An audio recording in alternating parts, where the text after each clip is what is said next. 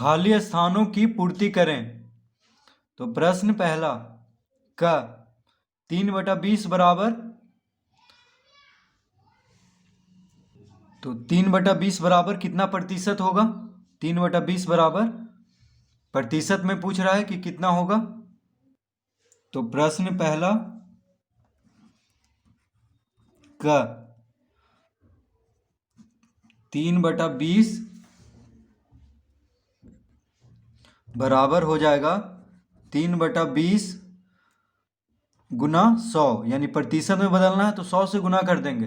ठीक है, तो 3/20 बराबर 3/20 गुना 100, तो कितना आ जाएगा? देखिए 20 पचे 100, यानी 15%। तो 3/20 बराबर हो गया 15%।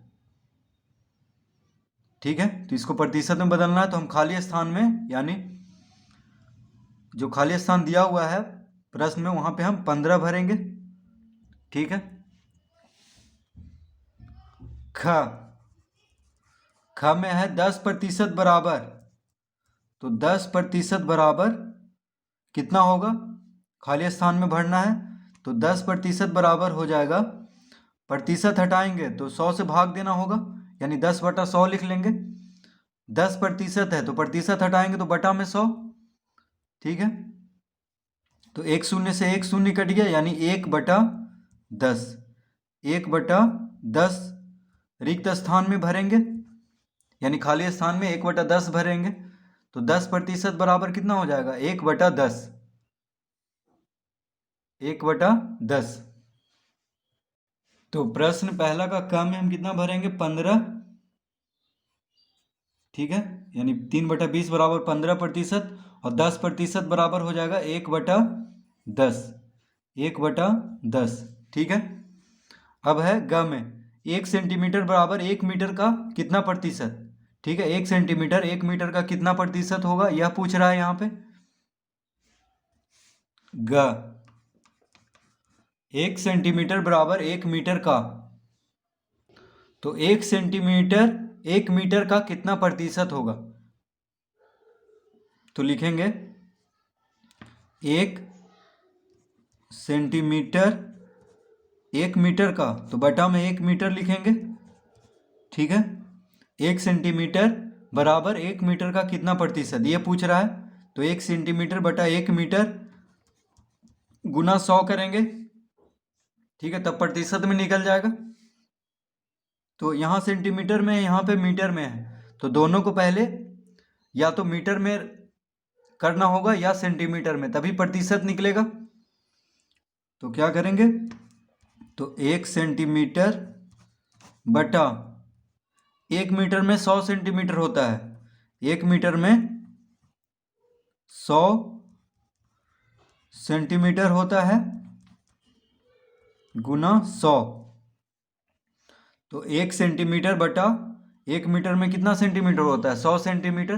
तो अब देखिए दोनों सेंटीमीटर में हो गया है, तब अब आसानी से हम इसका प्रतिशत निकाल लेंगे। तो 1 सेंटीमीटर बटा 1 मीटर के जगह पे 100 सेंटीमीटर लिख देंगे, क्योंकि 1 मीटर में 100 सेंटीमीटर होता है। तो देखिए सेंटीमीटर से सेंटीमीटर कट गया, 100 से 100 कट गया, यानी कितना बचा? 1 बचा सिर्फ, तो 1, तो 1%, यानी 1 सेंटीमीटर 1 मीटर का 1% है। तो खाली स्थान में 1 भरेंगे, क्योंकि प्रतिशत वहां पे दिया हुआ है। तो इसका मतलब हुआ 1 सेंटीमीटर जो है 1 मीटर का 1% है।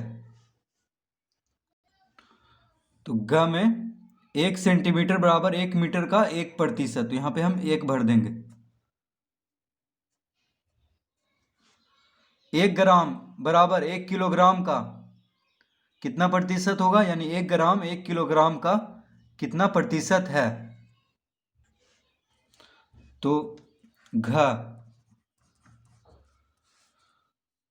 1 ग्राम, तो 1 ग्राम बटा 1 किलोग्राम, 1 किलोग्राम, तो किलोग्राम को संक्षेप में इस तरह लिखते हैं। तो 1 ग्राम बटा 1 किलोग्राम गुना 100 कर देंगे, प्रतिशत निकालना है। तो 1 ग्राम 1 किलोग्राम का, तो 1 ग्राम को ऊपर लिखेंगे बटा 1 किलोग्राम गुना 100 करेंगे। ठीक है, क्योंकि प्रतिशत निकालना है तो यहाँ पे ग्राम में है और किलोग्राम में है, तो दोनों को पहले एक जैसा बनाना होगा, या तो ग्राम में या दोनों को किलोग्राम में करना होगा। तो लिखेंगे बराबर 1 ग्राम बटा 1 किलोग्राम मतलब 1000 ग्राम, 1000 ग्राम गुना 100। ठीक है, 1 ग्राम बटा 1000 ग्राम गुना 100। 1 किलोग्राम की जगह पे हम 1000 ग्राम लिख देंगे, क्योंकि 1 किलोग्राम में 1000 ग्राम होता है। तो आप देखिए दोनों ग्राम में हो गया है, तो ग्राम से ग्राम खत्म हो गया।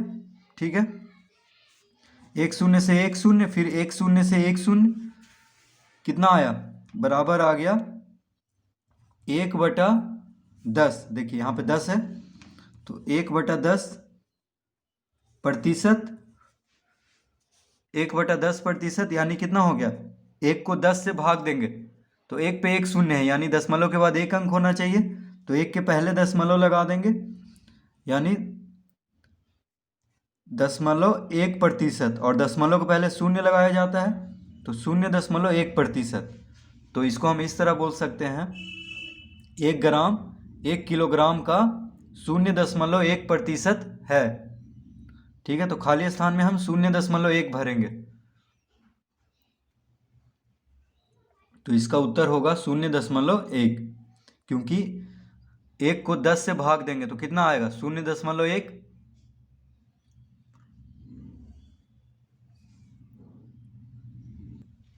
तो 1 ग्राम बराबर 1 किलोग्राम का 0.1%।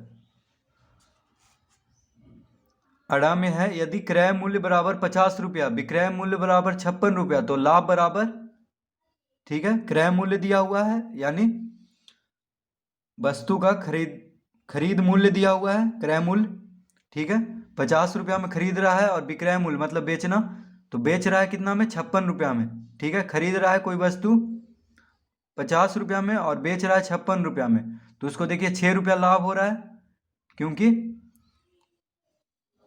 खरीद रहा है कम में और बेच रहा है ज़्यादा में, तो 50 है यहाँ 56 है, तो लाभ कितना हो रहा है 6, तो यहाँ पे हम क्या भर देंगे 6 रुपया। ठीक है, तो अड़ा क्रय मूल्य बराबर कितना है 50 रुपया। ठीक है, तो क्रय मूल्य को संक्षेप में इस तरह लिखते हैं, विक्रय मूल्य, तो विक्रय मूल्य बराबर है 56, विक्रय मूल्य बराबर 56 रुपया। तो लाभ पूछ रहा है, तो लाभ बराबर क्या होता है, लाभ बराबर होता है विक्रय मूल्य माइनस क्रय मूल्य, यानी लाभ बराबर होता है विक्रय मूल्य माइनस क्रय मूल्य। तो विक्रय मूल्य मतलब जितना में वह बेच रहा है वस्तु को, और क्रय मूल्य मतलब जितना में वह खरीदा है। ठीक है, तो विक्रय मूल्य कितना है 56 रुपया माइनस क्रय मूल्य कितना है 50 रुपया, तो 56 माइनस 50 यानी 6 रुपया, तो उसको लाभ कितना हो रहा है 6 रुपया, तो हम 6 भर देंगे खाली स्थान में। तो इस तरह से इसको हम हल करेंगे। ये सूत्र हमेशा याद रखना है, लाभ बराबर विक्रय मूल्य माइनस क्रय मूल्य।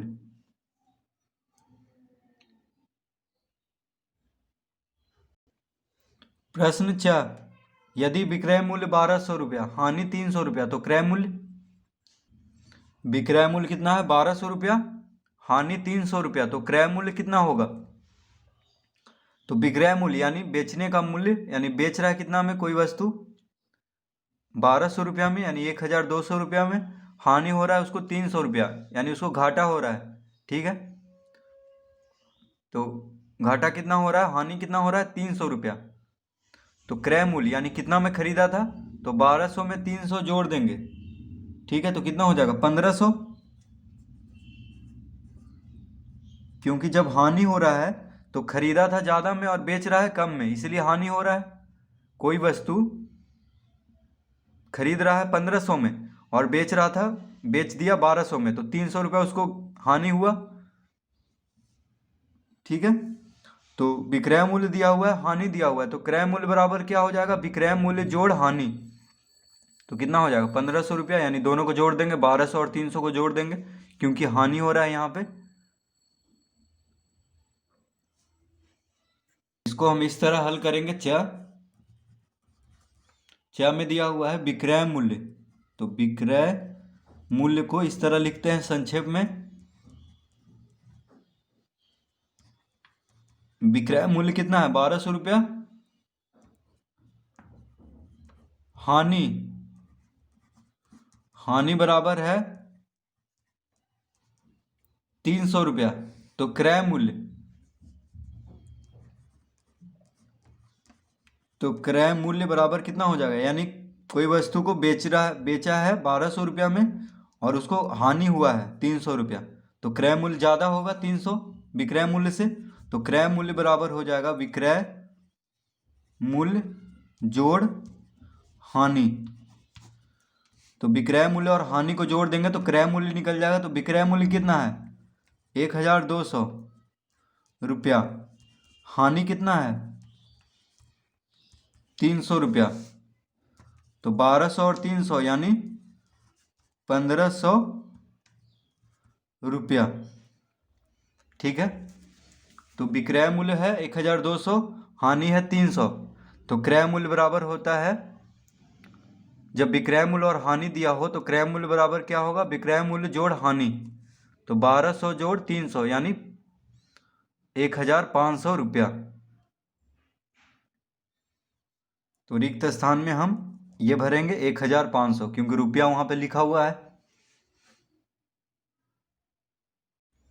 6 क्रय मूल्य जोड़ लाभ बराबर, तो क्रय मूल्य जोड़ लाभ यानी क्रय मूल्य में लाभ जुड़ जाता है तो क्या हो जाता है विक्रय मूल्य, तो यहाँ पे क्या भरेंगे विक्रय मूल्य। ठीक है, तो क्रय मूल्य में लाभ जोड़ते हैं तो विक्रय मूल्य निकलता है, क्योंकि क्रय मूल्य यानी कोई वस्तु जिस मूल्य में खरीदा जाता है उसको क्रय मूल्य कहते हैं, और लाभ हो रहा है यानी उसको अतिरिक्त उसको लाभ हो रहा है। ठीक है, तो क्रय मूल्य और लाभ को जोड़ने पे क्या निकल जाता है विक्रय मूल्य, तो ये होता है सूत्र क्रय मूल्य जोड़ लाभ बराबर विक्रय मूल्य। तो यहाँ पे विक्रय भरेंगे। 500 रुपया मूलधन का 2 वर्ष में 600 रुपया मिश्रधन होता है तो ब्याज, तब ब्याज बराबर, तो ब्याज निकालना है, यानी 500 रुपया मूलधन का 2 वर्ष में 600 रुपया मिश्रधन होता है, यानी 500 रुपया अगर कर्ज लिया जाए 2 वर्ष के लिए, ठीक है, तो कितना हो जाता है कुल 600 रुपया, यानी 500 रुपया अगर कर्ज लिया जाए 2 वर्ष, तो 2 वर्ष बाद 600 रुपया हो जाता है मिश्रधन, यानी उसको 600 रुपया देना है सब मिला करके। तो देखिए 500 रुपया लिया था 600 रुपया हो गया, यानी 100 रुपया बढ़ गया है। देखिए 600 में से 500 घटाएंगे तो 100 आएगा, यानी 100 रुपया उसको ब्याज बढ़ गया है, तब ब्याज बराबर कितना हो जाएगा 100 रुपया। ठीक है, तो ब्याज बराबर क्या होता है मिश्रधन माइनस मूलधन। ज मूलधन, मूलधन बराबर 500 रुपया, मिश्रधन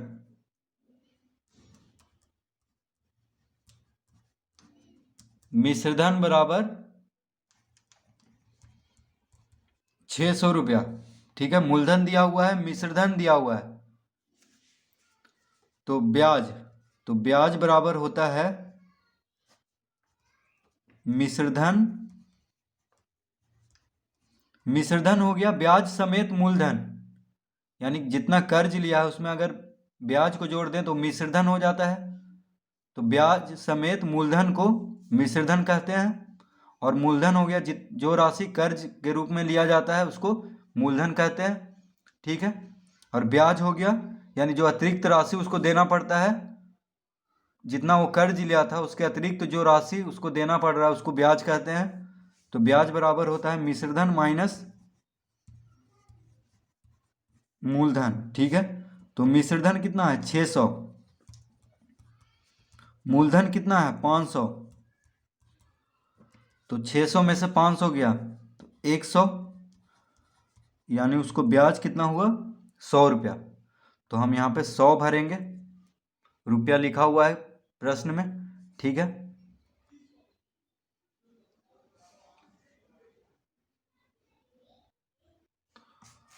प्रश्न 6, मूलधन जोड़ ब्याज। तो मूलधन और यानी जितना कर्ज लिया है उसमें अगर ब्याज जोड़ दें तो हो जाता है मिश्रधन। तो यहाँ पे हम भर देंगे मिश्र धन। ठीक है, तो मूलधन जोड़ ब्याज बराबर मिश्रधन। तो ये तो सूत्र है, यानी मिश्रधन बराबर मूलधन जोड़ ब्याज। प्रश्न 2 क 50 रुपया का 10% कितना होगा। ख किस संख्या का 20% 45 है। तो पहले क हल करते हैं फिर ख हल करेंगे। प्रश्न 2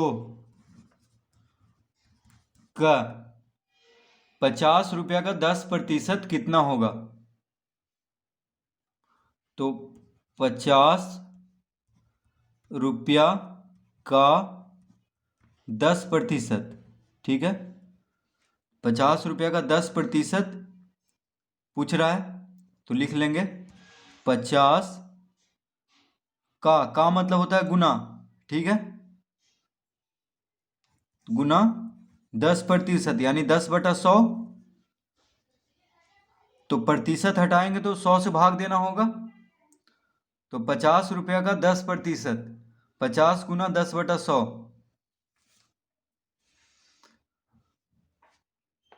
50 रुपया का 10% कितना होगा। तो का मतलब क्या होता है गुना, तो 50 गुना 10/100 लिख लेंगे। ठीक है, एक शून्य से एक शून्य, एक शून्य से एक शून्य कट गया, कितना आया 5 गुना 1, यानी 5 गुना 1 कितना हो गया 5 रुपया। तो इसका उत्तर हो गया 5 रुपया। तो 50 रुपया का 10% होगा 5 रुपया। ठीक है, तो इस तरह हल करेंगे, 50 रुपया का 10% 5 रुपया होगा। तो 50 रुपया का 10% बराबर 5 रुपया। ख किस संख्या का 20% 45 है। तो लिखेंगे माना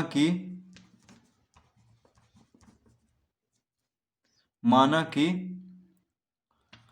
संख्या बराबर x।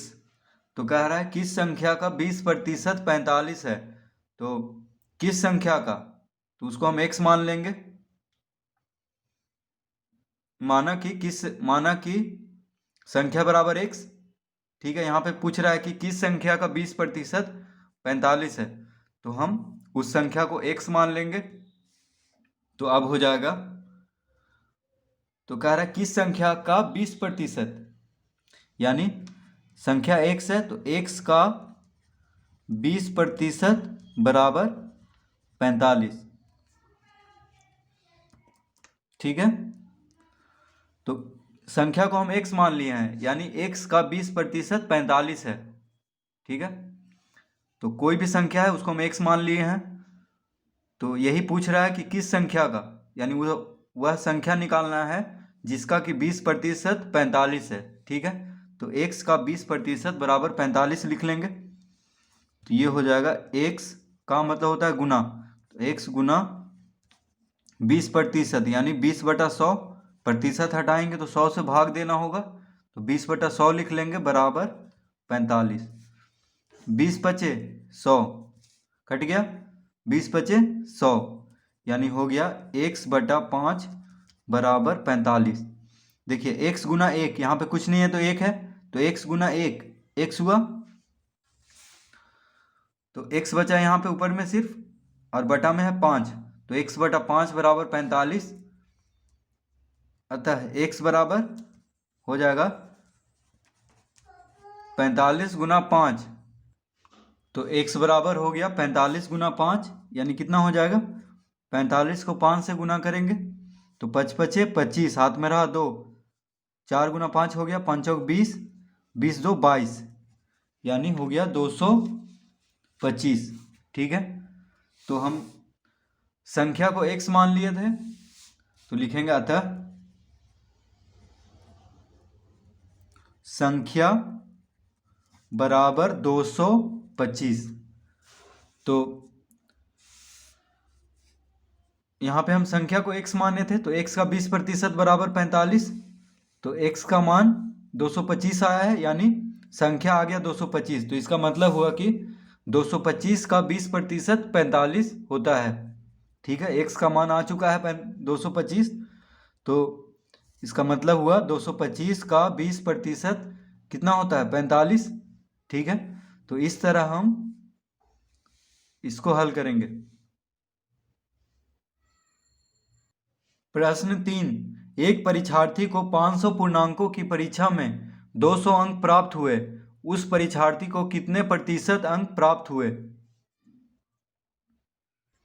तो प्रश्न 3, तो एक परीक्षार्थी को 500 पूर्णांकों की परीक्षा में, यानी परीक्षा जो है 500 अंक का हो रहा है।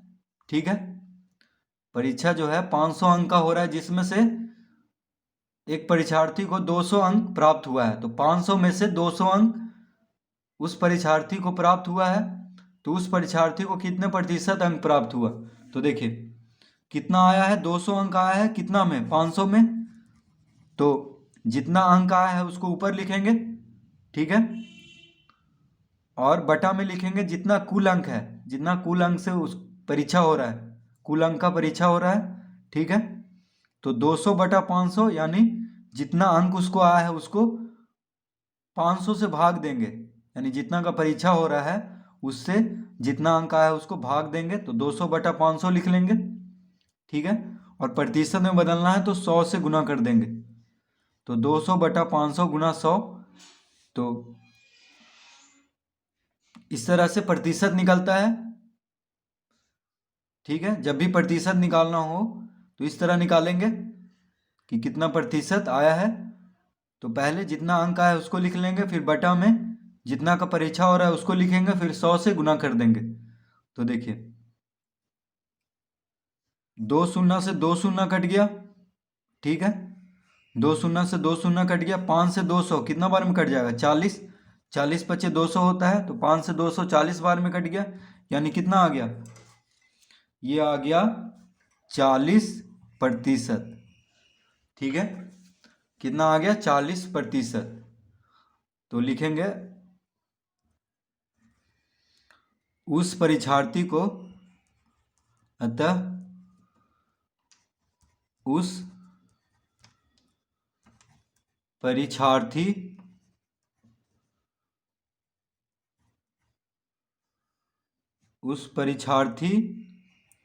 को 40% अंक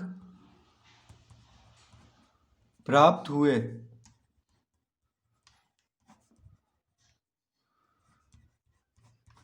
उस परीक्षार्थी को 40% अंक प्राप्त हुए। तो 500 में से 200 अंक आ रहा है, तो कितना प्रतिशत होगा 40%। ठीक है, यानी 200 अंक प्राप्त हुआ था 500 अंक का परीक्षा में, तो कितना प्रतिशत होगा वह 40%, यानी 200 जो है 500 का कितना प्रतिशत है 40%। ठीक है, तो इस तरह से हम प्रश्न 3 हल करेंगे।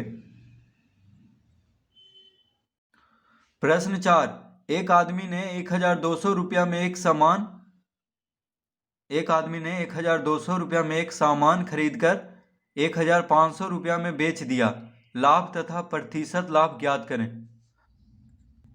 प्रश्न 4, एक आदमी ने 1200 रुपया में सामान खरीद कर, तो सामान खरीदा है तो उसको क्रय मूल्य बोलते हैं, यानी खरीदने का मूल्य को क्रय मूल्य बोलते हैं। तो देखिए क्रय मूल्य को इस तरह से लिखते हैं संक्षेप में, तो क्रय मूल्य बराबर यहाँ पे कितना है 1200 रुपया खरीदकर 1,500 रुपया में बेच दिया, तो बेच दिया यानी विक्रय मूल्य, तो बेचने का मूल्य को विक्रय मूल्य कहते हैं। तो विक्रय मूल्य बराबर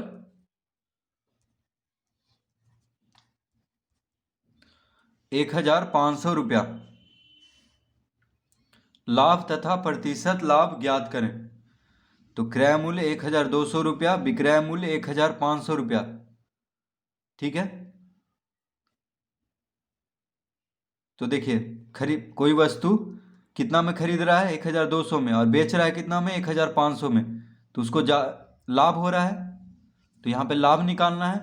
तो लाभ बराबर होता है विक्रय मूल्य माइनस क्रय मूल्य। ठीक है, लाभ बराबर क्या होता है, विक्रय मूल्य माइनस क्रय मूल्य। तो विक्रय मूल्य कितना है,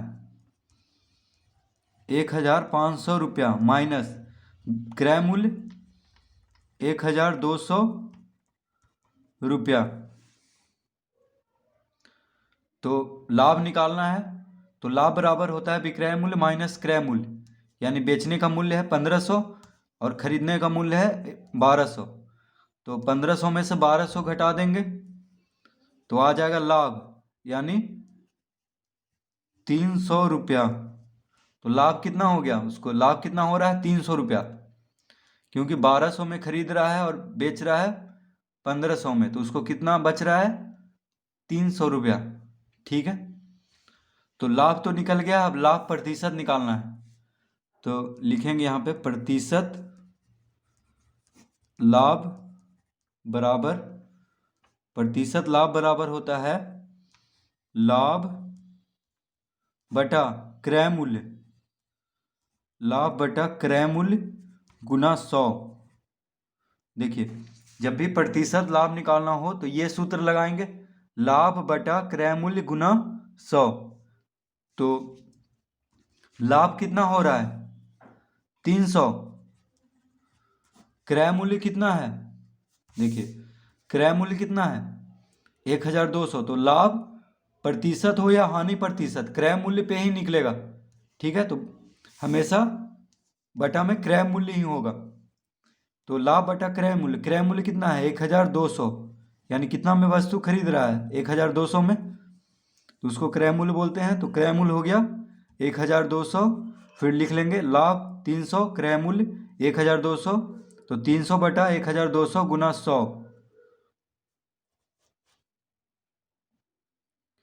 तो 300 से देखिए ये कट गया, 3 चौक 12, यानी 4 बार में 300 से 1,200 कट जाएगा 4 बार में, और 4 से 100, 25 चौक 100, यानी 25 बार में कट गया। तो कितना आया, तो प्रतिशत लाभ बराबर हो गया 25%। ठीक है, यानी उसको 25% लाभ हो रहा है।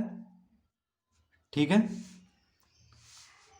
तो इस तरह हम प्रश्न 4 हल करेंगे। तो पहले लाभ निकाल लेंगे, उसके बाद प्रतिशत लाभ निकाल लेंगे।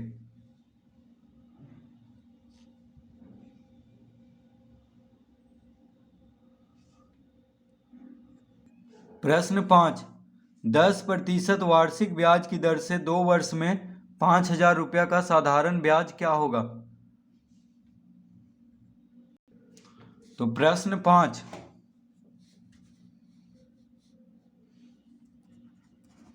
10% वार्षिक ब्याज की दर से 2 वर्ष में 5,000 रुपया का साधारण ब्याज। तो यहाँ पे मूलधन, मूलधन कितना है, मूलधन बराबर है 5,000 रुपया। ठीक है, मूलधन दिया हुआ है, यानी जितना कर्ज ले रहा है वह दिया हुआ है 5,000 रुपया, तो उसको मूलधन बोलते हैं। तो मूलधन है 5,000 रुपया। दर यानी वार्षिक ब्याज की दर कितना है, 10%। ठीक है, समय, समय कितना दिया हुआ है, 2 वर्ष, समय है 2 वर्ष। तो साधारण ब्याज निकालना है, तो लिखेंगे साधारण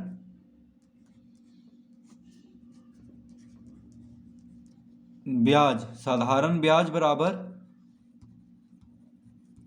मूलधन गुना दर गुना समय बटा 100।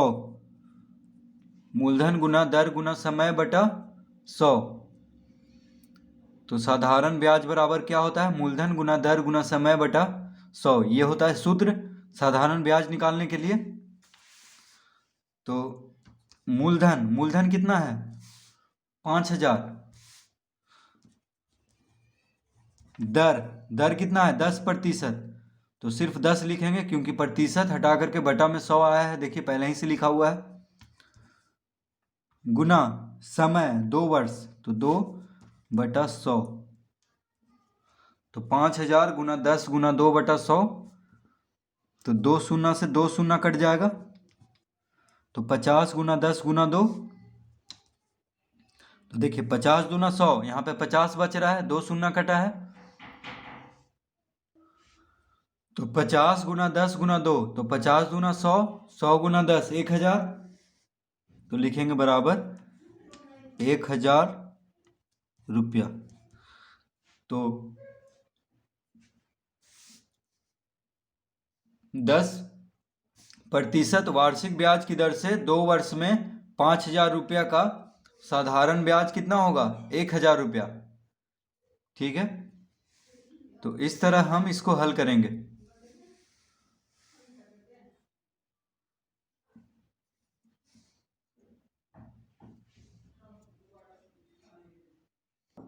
प्रश्न संख्या 6।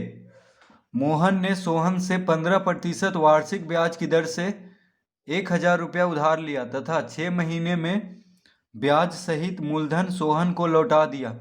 मोहन को कितना मिश्रधन लौटाना पड़ा? प्रश्न 6। तो मोहन ने सोहन से 15% वार्षिक ब्याज की दर से 1000 रुपया उधार लिया। तो कितना उधार लिया है? 1000 रुपया। तो मूलधन हो गया यहाँ पे, मूलधन बराबर 1000 रुपया। ठीक है, मूलधन 1000 रुपया। दर, तो 15% वार्षिक ब्याज की दर है, तो दर बराबर लिखेंगे 15%। समय, समय कितना दिया हुआ है? तो समय बराबर है 6 महीना, 6 महीना। ठीक है, तो समय 6 महीना है। पूछ रहा है कि मोहन को कितना मिश्रधन लौटाना होगा।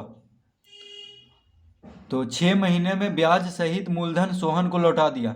तो ब्याज सहित मूलधन को मिश्रधन कहते हैं, यानी जितना ब्याज हुआ उसको अगर मूलधन में, यानी जितना कर्ज लिया है उसमें जोड़ दें तो वह हो जाता है मिश्रधन। ठीक है, तो पहले हम ब्याज निकाल लेते हैं, उसके बाद मिश्रधन ज्ञात कर लेंगे, क्योंकि ब्याज निकल जाएगा तो ब्याज को अगर हम 1000 में जोड़ देंगे तो हो जाएगा मिश्रधन। तो समय है 6 महीना, तो समय हमेशा वर्ष में होना चाहिए साधारण ब्याज निकालने के लिए। तो 6 महीना, 6 महीना को हम वर्ष में बदल देंगे तो कितना हो जाएगा? एक वर्ष में 12 महीना होता है। ठीक है, तो 6 महीना में हो जाएगा 6/12 वर्ष, 6/12 वर्ष। तो देखिए 6 से 12 2 बार में कट जाएगा। तो महीना को वर्ष में बदलने के लिए 12 से भाग देंगे, क्योंकि एक वर्ष में 12 महीना होता है। तो 6 महीना को वर्ष में बदलने के लिए हम 12 से भाग देंगे, यानी 6/12 वर्ष लिख लेंगे 6 महीना को। तो 6 से 12 2 बार में कट गया, यानी कितना आ गया? बराबर, यहाँ पे देखिए कुछ नहीं है तो 1 लिख लेंगे अंश में। तो 1/2 वर्ष, 1/2 वर्ष, यानी 6 महीना बराबर हो गया आधा वर्ष। 1/2 मतलब आधा, तो आधा वर्ष को 6 महीना कहते हैं। ठीक है, तो 6 महीना को बोलेंगे 1/2 वर्ष। तो मूलधन हो गया 1000, दर हो गया 15% और समय हो गया 1/2 वर्ष। अब हम ब्याज निकाल लेते हैं।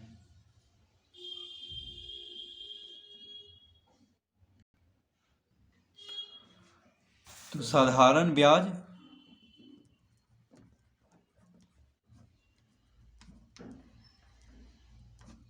ब्याज बराबर होता है मूलधन गुना दर गुना समय बटा 100। ठीक है, तो मूलधन कितना है 1,000 रुपया, गुना दर कितना है 15%, तो प्रतिशत हटा के बटा में 100 दिया हुआ है, गुना समय कितना है 1/2, 1/2, तो बटा में 2 लिख लेंगे और 100 लिखेंगे यहाँ पे, यानी 2 100 के साथ गुना हो जाएगा। तो मूलधन 1,000 रुपया, दर 15%, तो उसको 15/100 लिख लेंगे, यहाँ 100 पहले से दिया हुआ है तो सिर्फ 15 लिखेंगे। समय 1/2, तो 1 यहाँ पे 2 100 के साथ गुना हो जाएगा, तो 2 शून्य से 2 शून्य, 2 पचे 10, यानी कितना हो जाएगा 15 पचे 75 रुपया। तो ब्याज आ गया 75 रुपया। अब कह रहा है कि 6 महीना में ब्याज सहित मूलधन सोहन को लौटा दिया, तो मोहन को कितना मिश्रधन लौटाना पड़ा। तो मिश्रधन बराबर होता है मूलधन जोड़ ब्याज, मूलधन जोड़ ब्याज। तो मूलधन कितना है, मूलधन है 1,000 रुपया, मूलधन है 1,000 रुपया, ब्याज कितना है 75 रुपया। ठीक है, तो कितना हो जाएगा 1,075, 1,000 और 75 जोड़ेंगे तो 1,075 रुपया। तो मिश्रधन यानी मोहन